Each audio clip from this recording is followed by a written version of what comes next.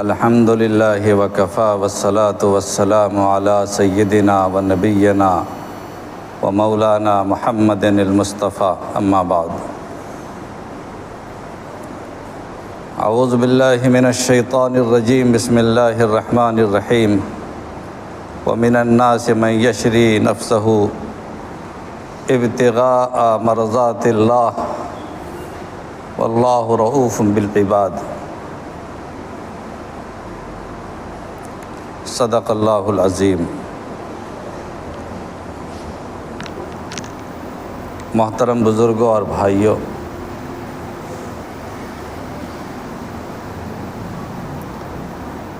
رمضان المبارک کے بعد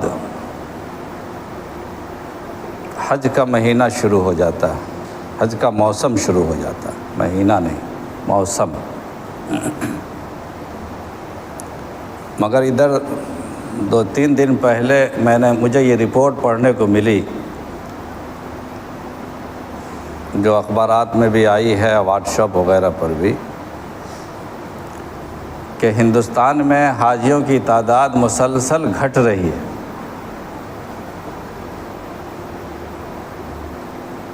ہندوستان نے ہندوستانی حاجیوں کے کوٹے کی تعداد 1,40,000 ہے۔ پہلے زمانے میں 1,20,000 تھی، تو لوگوں کے جذبات کو دیکھتے ہوئے یہ تعداد بڑھا کر 1,40,000 کی گئی، جس میں بہار میں حاجیوں کی تعداد 12,000 رکھی گئی۔ اس سال کی رپورٹ یہ ہے کہ جو لوگوں نے درخواستیں جمع کی ہیں حج کے لیے، تو 1,22,000 ہی کل حاجی ہیں، 40,000 پورے ہی نہیں ہوئے۔ پہلے زمانے میں تھا کہ بھائی حاجیوں کی تعداد بڑھ جاتی تھی، لوگ ویٹنگ میں رہتے تھے دوسرے اسٹیٹ میں، اور اس کے لیے لوگ انتظار میں رہتے تھے، کوئی کینسل ہو تو اس کا نمبر ملے۔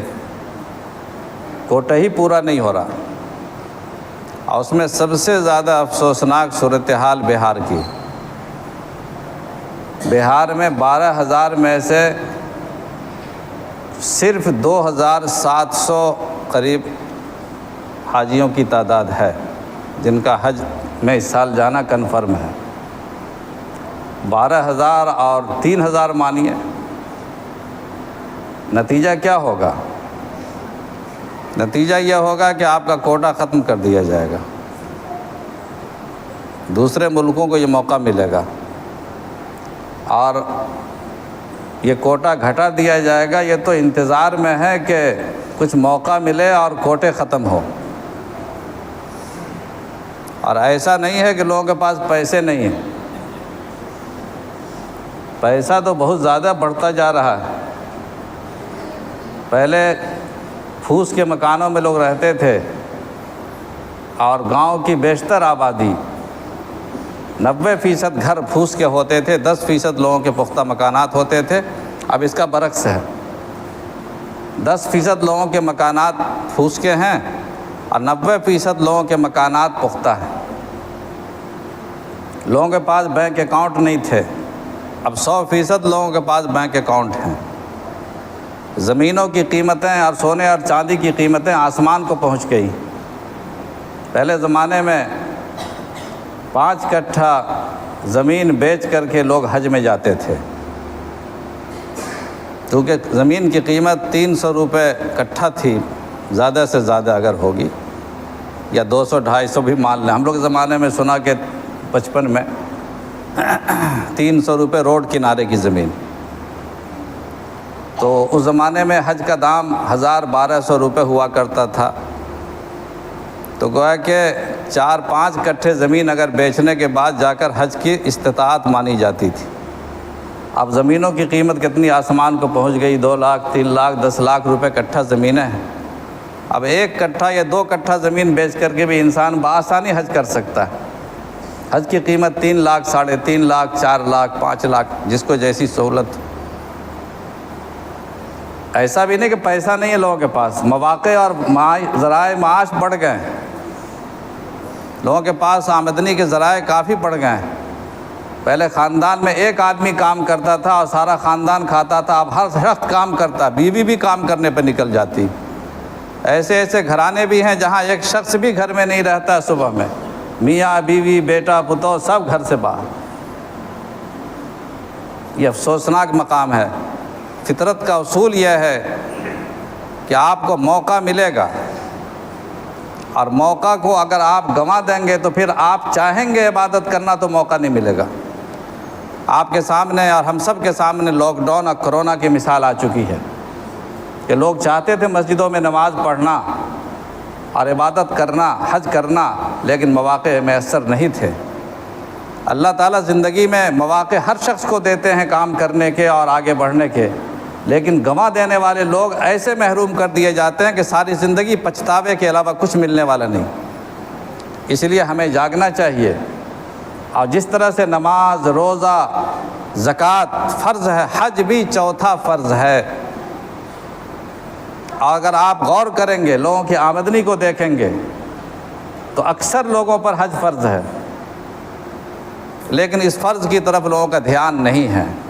تو جو قوم کے اپنے فرائض کو بھول جائے، جو قوم کے 4 ارکان میں سے 4 ستونوں میں سے ایک ستون کو گرانے پر تل جائے، وہ عمارت کیسے قائم رہ سکے گی؟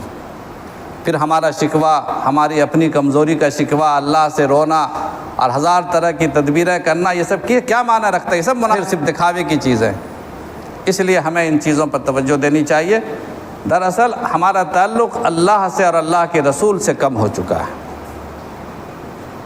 میں نے جو آیت کریمہ پڑھی ہے اس میں اسی بات کی طرف اشارہ کیا گیا کہ انسانوں اپنی جان اور اپنے مال کو اللہ کے لیے فروخت کر دو، اللہ کی رضامندی کے لیے فروخت کر دو۔ جس کو اللہ سے تعلق ہوگا، اللہ کے رسول سے تعلق ہوگا صلی اللہ علیہ وسلم، وہ شخص کی تمنا ہوگی کہ اس دیار قدس تک پہنچیں جہاں پر اسلام نازل ہوا تھا۔ اسلام ہندوستان میں نہیں نازل ہوا ہے۔ سرکار دو عالم صلی اللہ علیہ وسلم ہندوستان میں تشریف نہیں لائے تھے۔ آپ رسول عربی ہیں، رسول مکی ہیں، رسول مدنی ہیں، رسول حجازی ہیں۔ حجاز مقدس کی سرزمین اور وہاں کی مٹی ہماری آنکھوں کا سرما ہے۔ وہاں کے آب و ہوا میں 1 منٹ بھی گزارنے کی تمنا ہماری اصل پونجی ہونی چاہیے۔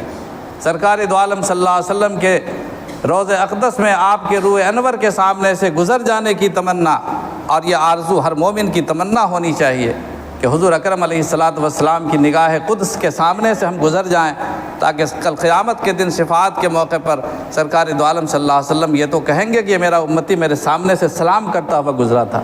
وہاں ٹھہرنے کی اجازت تو ملتی نہیں ہے، دھکم دھکی بہت ہوتی ہے، لیکن گزرتے ہوئے یا رسول اللہ صلی اللہ علیہ وسلم کو سلام کرنے کے لیے دھکا کھانے کی بھی ایک عجیب ادا ہے، ایک عجیب نرالی شان ہے کہ حضور کو سلام کرنے کے لیے اور دربار میں پہنچنے کے لیے پولیس والے دھکا دے رہے ہیں اور غلام جو ہے دھکا کھا رہا ہے۔ اس میں کیا لطف ہے، کیا مزہ ہے، کیا کیفیت ہے، وہ عاشقوں سے پوچھیے۔ اس عشق کی کیفیت کو پانا کس کی تمنا نہیں؟ انسان کو کوشش کرنا چاہیے، پیسہ جمع کر کے تھوڑا تھوڑا رکھنا چاہیے، اور یہ آرزو رکھنی چاہیے کہ کاش اس دیار میں ہماری رسائی نصیب ہو جائے۔ حضرت یہ آیت کریمہ جو میں نے پڑھی، حضرت صہیب بن سنان رومی مشہور صحابی ہیں، ان کے لیے نازل ہوئی ہے حدیث کے تفسیر کے مطابق۔ ان کی تمنا تھی، ہجرت ہو رہی تھی، رسول اکرم علیہ الصلاۃ والسلام مدینہ پاک ہجرت کا مقام طے ہو چکا تھا، سب لوگ اپنا اپنا گھر چھوڑ کر مرکز اسلام کی طرف جانے کی تمنا رکھتے تھے۔ صحابہ نے گھر مکان چھوڑ دیا، ہم تو چند دنوں کے لیے چھوڑ کے جائیں گے نا حج میں، چند دنوں کے لیے، 1 مہینہ 1.5 مہینہ کے لیے، صحابہ نے زندگی بھر کے لیے چھوڑ دیا۔ حضرت صہیب بن سنان چھپکے سے اپنا سامان لے کر کے اور اپنے گھوڑے پر سامان کو باندھ کر کے نکلے مکہ معظمہ سے۔ لوگوں کو پتہ چل گیا، دشمنوں کو، کہ یہ صہیب بھاگ رہا مکہ سے۔ بھاگنے کی بھی اجازت نہیں تھی، لوگ پکڑ لیے اور کہا کہ صہیب تم تو روم کے رہنے والے ہو، تم تو یہاں کے ہو نہیں، تمہاری پیدائش یہاں کی نہیں، تم یہاں کے باشی نہیں ہو، تم یہاں آئے تھے، تمہارے بدن پر ایک کپڑا کے سوا کچھ نہیں تھا، اور تمہاری جیب میں پھوٹی کوڑی کے سوا کچھ نہیں تھا، تم نے ہماری مٹی میں کمایا ہے اور ہمارے یہاں سے تم نے کما کھا کر کے مکان دولت دنیا بنائی ہے، یہ سب چیزیں ہماری ہیں، تم اپنی جان لے جا سکتے ہو، یہ سب چیزیں ہمیں واپس کرو۔ یہ لوگوں نے کہا بتائیے کمایا محنت سے، اب کریں ہمارے یہاں سے تم نے کمایا۔ یہ ظالمانہ فیصلے ہر دور میں ہوتے رہے۔ حضرت صہیب رضی اللہ تعالیٰ عنہ نے کہا کہ میرے پاس تیر کا پورا ترکش ہے، دیکھ رہے ہو، اور تمہیں پتہ ہے کہ میں کتنا بڑا تیر انداز ہوں، تیر باز ہوں، اور میرا نشانہ کتنا صحیح ہے، میرے سامنے سے ہٹ جاؤ ورنہ اپنے تیر کے پورے ترکش خالی کر دوں گا اور ایک شخص بھی تم میں زندہ واپس نہیں جائے گا۔ دھمکایا تو بہت، لیکن وہ لوگ کہاں باز آنے والے تھے، تھوڑے وہ لوگ خاموش رہے، حملہ نہیں کیا۔ پھر دیکھا کہ ہٹ نہیں رہے یہ لوگ، پڑے ہوئے سامنے ڈٹے ہوئے ہیں، راستہ روکے ہوئے ہیں، تو کہا کہ میں پورا سامان لے کر نہیں جا رہا ہوں، میرا گھر مکان ہے، جانور بہت سارے ہیں، دولت ہے، سونا چاندی ہے، میں سب کو لے کے نہیں جا رہا ہوں، میرے گھر پر دیکھو فلاں فلاں مقام پر، فلاں طاق پر، فلاں کمرے میں ساری دولت رکھی ہوئی ہے، میرا گھر ہے، میری جائیداد ہے، پراپرٹی ہے، تم سب کو میں وعدہ کرتا ہوں تم سارے لوگ جا کے وہ ساری چیز لے لو، مجھے راستہ چھوڑ دو، میں سرکار دو عالم صلی اللہ علیہ وسلم کے اس ہجرت کی جگہ پر پہنچنا چاہتا ہوں جہاں پر سارے مسلمان پہنچ گئے۔ چنانچہ وہ سارے لوگوں نے چھوڑ دیا راستہ کہ ٹھیک ہے، ہم کو دولت مل گئی، پیسہ مل گیا، آپ جاؤ، تم اکیلے چلے جاؤ۔ حضرت صہیب نے اس مقام قدس تک پہنچنے کے لیے اور ہجرت کرنے کے لیے اپنی ساری جائیداد اور ساری پراپرٹی چھوڑ دی۔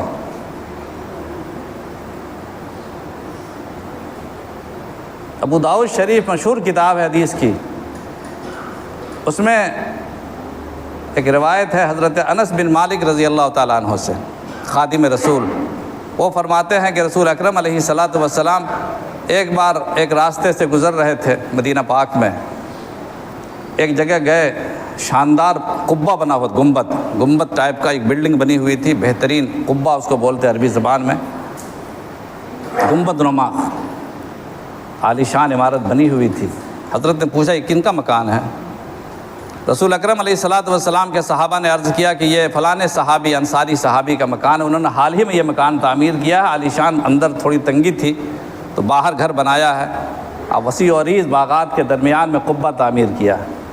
حضور اکرم علیہ الصلاۃ والسلام کو یہ چیز بڑی ناگوار لگی کہ دنیا کی طرف توجہ کیوں جا رہی ہے، دین کی طرف توجہ ہونی چاہیے۔ ہم دنیا کے لیے اور زرق برق مکانات کے لیے، شاندار عالی شان محلات کے لیے، بلڈنگوں کے لیے اپنی صلاحیت و انرجی کیوں خرچ کر رہے ہیں؟ بقدر کفایت انسان گھر بناوے، بقدر ضرورت مکان بناوے، اتنا عالی شان بنانے کی کیا ضرورت تھی؟ یہ حضور صلی اللہ علیہ وسلم کے دل میں سی بات رہی، آپ نے صحابہ سے کچھ نہیں کہا،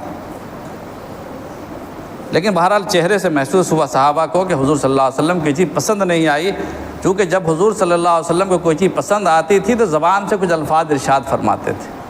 بہرحال واقعہ ختم ہو گیا۔ وہ انصاری صحابی مدینہ پاک سے باہر کے علاقے میں رہنے لگے تھے، تو اس لیے مدینہ پاک حاضری کم ہوتی تھی۔ جب وہ آئے نماز میں اور حضور اکرم علیہ الصلاۃ والسلام کی مجلس میں بیٹھے تو حضور اکرم علیہ الصلاۃ والسلام نے چہرہ پھیر لیا، وہ ادھر سے گھوم کے پھر اس سائیڈ آ گئے، سلام کیا، حضور نے پھر چہرہ پھیر لیا، حیران ہے، کچھ نہیں ارشاد فرمایا۔ محسوس ہو گیا کہ صاحب کہ ناراض ہیں، مگر ان کو تو معلوم نہیں تھا کہ کیوں ناراض ہیں، کسی نے بتایا نہیں تھا کہ حضور صلی اللہ علیہ وسلم یہاں پر سے گزرے ہیں اور تمہارے مکان کو دیکھا، کسی کو پتہ نہیں تھا، ان کو پتہ نہیں تھا گھر والوں کو۔ انہوں نے مسجد نکلنے کے بعد صحابہ سے پوچھا کہ آج حضور اکرم علیہ الصلاۃ والسلام نے چہرہ پھیر لیا میری جانب سے، کیا معاملہ ہے؟ تب لوگوں نے سارا قصہ بتایا کہ ایسا اس مکان کو دیکھا تھا اور حضور اکرم علیہ الصلاۃ والسلام نے خوشی کا اظہار نہیں فرمایا، شاید وہی ناراضگی ہوگی تم کو، ان کو۔ یہ سننے کے بعد اس کی تصدیق بھی نہیں کی، رسول اکرم علیہ الصلاۃ والسلام سے کوئی عذر بھی بیان نہیں کیا، کوئی مجبوری بھی بیان نہیں کی، کوئی تعویل بھی اپنے عمل کی نہیں کی کہ حضور میں نے اس لیے ایسا کیا اور اس لیے ایسا، کہ ہم لوگ تو تعویل کرتے ہیں نا، ہم اپنے اعمال کو اچھا بناتے ہیں، ہمارا مقصد یہ تھا اور ہمارا مقصد وہ تھا، کچھ نہیں۔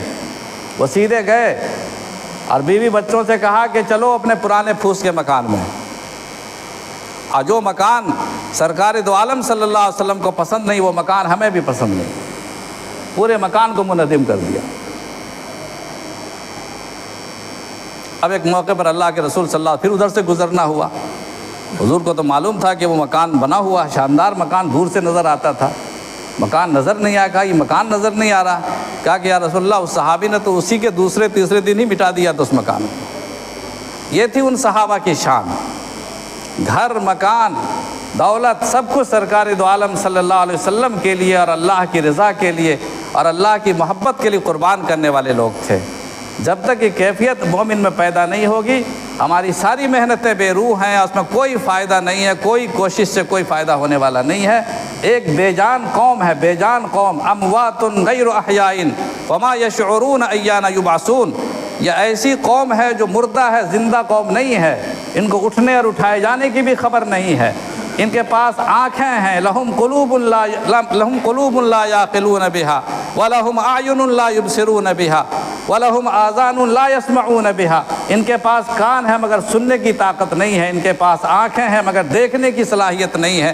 ان کے پاس دل ہے مگر شعور نہیں ہے. ایسی مردہ قوم کی اللہ تعالیٰ کو پرواہ نہیں ہے. اللہ تعالیٰ ہمیں زندگی نصیب فرمائے. اپنے اعمال کا جائزہ لیں اور کوشش کریں کہ جو چیزیں، جو کوتاہیاں ہم سے ہو رہی ہیں، اللہ تعالیٰ ان کوتاہیوں کی تلافی کرنے کی ہمیں توفیق عطا فرمائے اور کہنے سے زیادہ اور سننے سے زیادہ عمل کی توفیق نصیب فرمائے. وآخر دعوانا الحمد للہ رب العالمین.